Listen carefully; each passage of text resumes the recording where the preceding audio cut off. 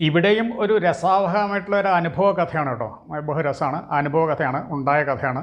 അതായത് 1962 അന്ന് എനിക്ക് ഏകദേശം 6 വയസ്സ് 6.5 7 വയസ്സൊക്കെ ഉണ്ടാവും തോന്നുന്നു. 6 വയസ്സ് സമയമാണ്. അപ്പം ഞങ്ങളെല്ലാം കുട്ടികളവിടെ കളിച്ചുകൊണ്ടിരിക്കുന്ന സമയത്ത് അയൽപ്പക്കത്ത് പറമ്പിൽ ആടിനെ മേയ്ക്കാൻ വരുന്നുണ്ട്. അവരും നമ്മൾക്ക് വേണ്ടപ്പെട്ട തന്നെ വെള്ളം കുടിക്കാനും എന്തിനേലൊക്കെ വീട്ടിൽ കയറി വരും, ഞങ്ങളായിട്ട് വർത്തമാനം പറയും, ഞങ്ങളെ കളിപ്പിക്കും. അങ്ങനെയുള്ള ഒരാളാണ്. അപ്പോൾ അയാൾ അവിടെ വന്ന് കയറി അയാൾ പോയി. അന്ന് ഞങ്ങളെ എവിടേക്കൊക്കെയോ വർത്തമാനം പറഞ്ഞ് അയച്ച് അവർ വീട്ടിൽ നിന്ന് പോവുകയും ചെയ്തു. അമ്മ വീട്ടിൽ വന്ന് നോക്കിയ സമയത്താണ് ഫസ്റ്റ് ഫ്ലോറിലെ പെട്ടിയിലുള്ള 100 രൂപയുടെ നോട്ട് കാണാനില്ല. മാത്രമല്ല ഒരു പെർഫ്യൂമും. 1962 61 62 100 രൂപ നോട്ട് എന്ന് പറഞ്ഞാൽ ഇന്നത്തെ 2000 രൂപയെക്കാളും വിലയുണ്ട് അതിന്. അതായത് ആ നോട്ട് തന്നെ ഏകദേശം ഒരു നോട്ട് ബുക്കിൻ്റെ പേജിൻ്റെ 1/4 ഭാഗം വരും, അത്രയും വലിയ നോട്ടാണ്. ഇത് പോസ്റ്റ്മാനൊക്കെ വീട്ടിലേക്ക് മണി ഓർഡറായി കൊണ്ടുവരുന്ന സമയത്ത് ഇതെല്ലാം കാണിച്ചിട്ടാണ് കൊണ്ടുവരിക. ഈ 100 രൂപ നോട്ട് എന്ന് പറഞ്ഞാൽ അത്ഭുത വസ്തുവിനെ പോലെയൊക്കെ ആ കാലത്ത് ഞാൻ കുട്ടിയായിരിക്കുമ്പോൾ എനിക്ക് തോന്നിയിരിക്കുന്നത്. അന്ന് എത്ര അത്ഭുതമുണ്ടോ എനിക്കറിയില്ല, ഞങ്ങൾക്ക് അങ്ങനെ തോന്നിയിരിക്കുന്നത്. അപ്പോൾ അങ്ങനെ നോട്ട് വീട്ടിലെ പെട്ടിയിലിൻ്റെ അടുത്ത് കൊണ്ടുപോയി കഴിഞ്ഞാൽ അത് പെട്ടെന്ന് ചിലവാക്കാനൊന്നും പറ്റില്ല. ചിലവാക്കിയാലും അറിയും, കാരണം ചെറിയ വില്ലേജാണ്. ആ വില്ലേജിൻ്റെ ഉള്ളിൽ എന്തെങ്കിലും ചെയ്ത് കഴിഞ്ഞാലൊക്കെ അറിയും.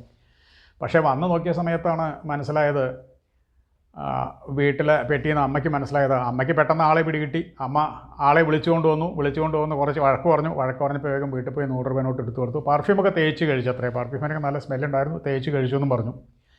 അപ്പോൾ ഇത് ഞാൻ പറയാൻ ഭാവിക്കുന്നത്, ഇവരുടെ ജനറേഷൻ പാരമ്പര്യമായിട്ട് first generation, second generation, third generation, എനിക്ക് ഇവരെ അറിയുള്ളൂ. ഇവരെ തന്നെ എനിക്ക് 6 വയസ്സുള്ള സമയത്താണ് ഇവരെ ആ കഥ നടക്കുന്നത്. അപ്പോൾ തന്നെ അതിൻ്റെ ബാക്കിലത്തെ ജനറേഷൻ എനിക്കറിയില്ല. പാരമ്പര്യമായിട്ട് കളവുകൾ നടത്തുന്ന ഒരു കുടുംബമാണ്. എന്ന് പറഞ്ഞാൽ അവർക്ക് എങ്ങനെ അത് കിട്ടിയിരിക്കുന്ന ഈ പാരമ്പര്യം എന്നുള്ളത് അറിയില്ല. ഒരുപക്ഷെ മനഃശാസ്ത്രമാവാം, അല്ലെങ്കിൽ ജീനിൽ നിന്ന് കിട്ടിയതാവാം.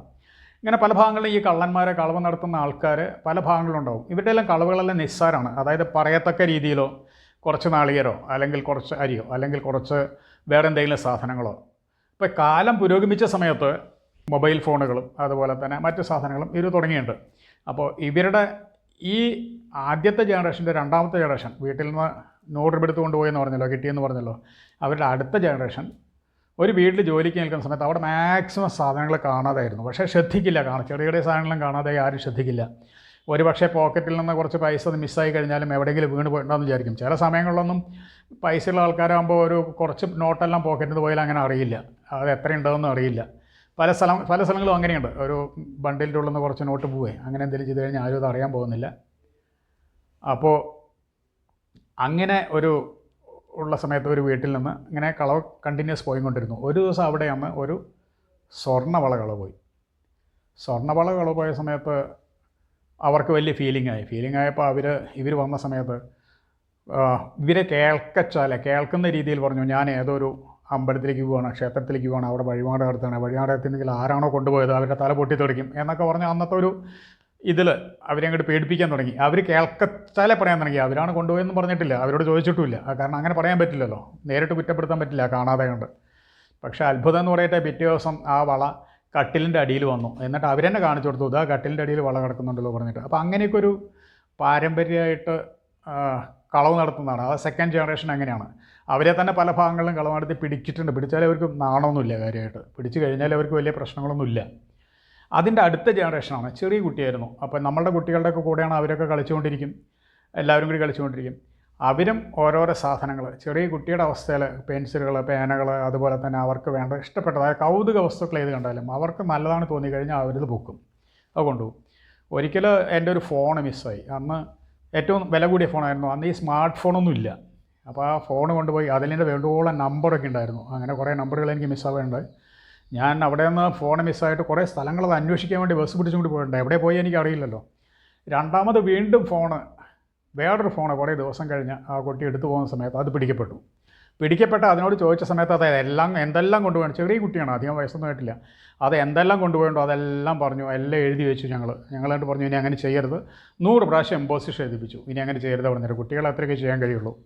അപ്പം ഞാൻ ഈ സെക്കൻഡ് ജനറേഷൻ്റെ കാര്യം പറഞ്ഞാൽ, ഇവർ പല ഭാഗത്തും പോയിട്ട് പൈസയൊക്കെ എവിടെയാണ് ഇരുന്നത് അവിടെ നിന്ന് പൈസയൊക്കെ വേണ്ടോളം കൊണ്ടുപോയിട്ടുണ്ട്. ഈ കൊണ്ടുപോയി കഴിഞ്ഞാലും ആരുടെ കയ്യിൽ നിന്നാണോ കൊണ്ടുപോകുന്നത് അവർ പബ്ലിഷ് ചെയ്യില്ല. പബ്ലിഷ് ചെയ്യാത്തതിൻ്റെ അർത്ഥം എന്താണ്? ഒരേ വില്ലേജിലുള്ള ആൾക്കാരാണ്, പരസ്പരം അറിയുന്ന ആൾക്കാരാണ്, പരസ്പരം സഹകരിക്കേണ്ട ആൾക്കാരാണ്.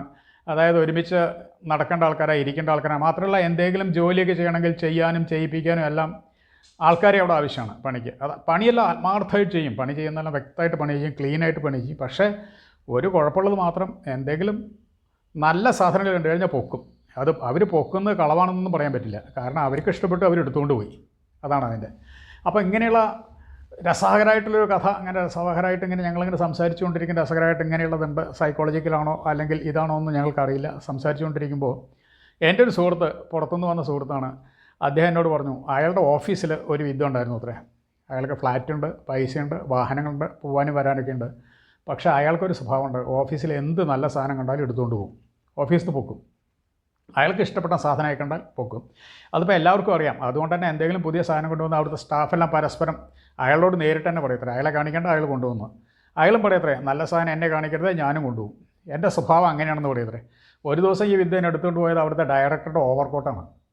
ഡയറക്ടർ ഓവർകോട്ട് കസേരയിൽ വന്ന വഴി അഴിച്ചിട്ടിരുന്നു, പോകുന്ന സമയത്ത് ഇട്ടാൽ മതി വിചാരിച്ചിട്ട്. വിദ്വാൻ ഡയറക്ടറെക്കാളും മുമ്പ് പോകുന്ന സമയത്ത് ആദ്യം ഡയറക്ടർ ഓഫീസിൽ കിടന്ന് ഓവർകോട്ട് ഇട്ടുകൊണ്ടാണ് വീട്ടിലേക്ക് പോയത്. അടുത്ത ദിവസം എല്ലാവർക്കും അറിയാം, ഇയാൾക്കും അറിയാം ഇയാളാണെന്നുള്ള കണ്ടുപിടിക്കപ്പെടുന്ന എല്ലാം അറിയാം. അടുത്ത ദിവസം ചോദിച്ച സമയത്ത് എൻ്റെ കയ്യിലുണ്ട് പറഞ്ഞിട്ട് വേഗം എടുത്തു കൊണ്ടുവന്ന് കൊടുത്തു. അങ്ങനെയൊക്കെയുണ്ട്. അപ്പോൾ ഞാൻ പറയുന്നത് ഇങ്ങനെയുള്ള കളവുകൾ നിങ്ങൾക്കൊരു പക്ഷേ അനുഭവം ഉണ്ടാകും. നിസ്സാര കളവുകളാണ്, പക്ഷേ അതൊരു ട്രെൻഡായി മാറുകയാണ്. അതായത് ജനറേഷനെ കക്കുന്ന രീതിയിൽ പ്രേരിപ്പിക്കുകയാണ്. അപ്പോൾ ഇതിനെന്താണ് കാരണം? സൈക്കോളജിയാണോ, ജീനാണോ?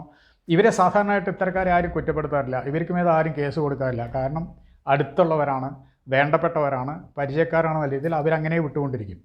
ഇങ്ങനെയുള്ള അനുഭവങ്ങൾ നിങ്ങൾക്കുണ്ടോ? സൈക്കോളജിക്കലായിട്ടോ അല്ലെങ്കിൽ ജീനുകളുടെ ഇതായിട്ടോ പാരമ്പര്യമായിട്ടോ കളം നടത്തുന്ന ആൾക്കാരെ പറ്റി നിങ്ങൾക്ക് പരിചയമുണ്ടോ?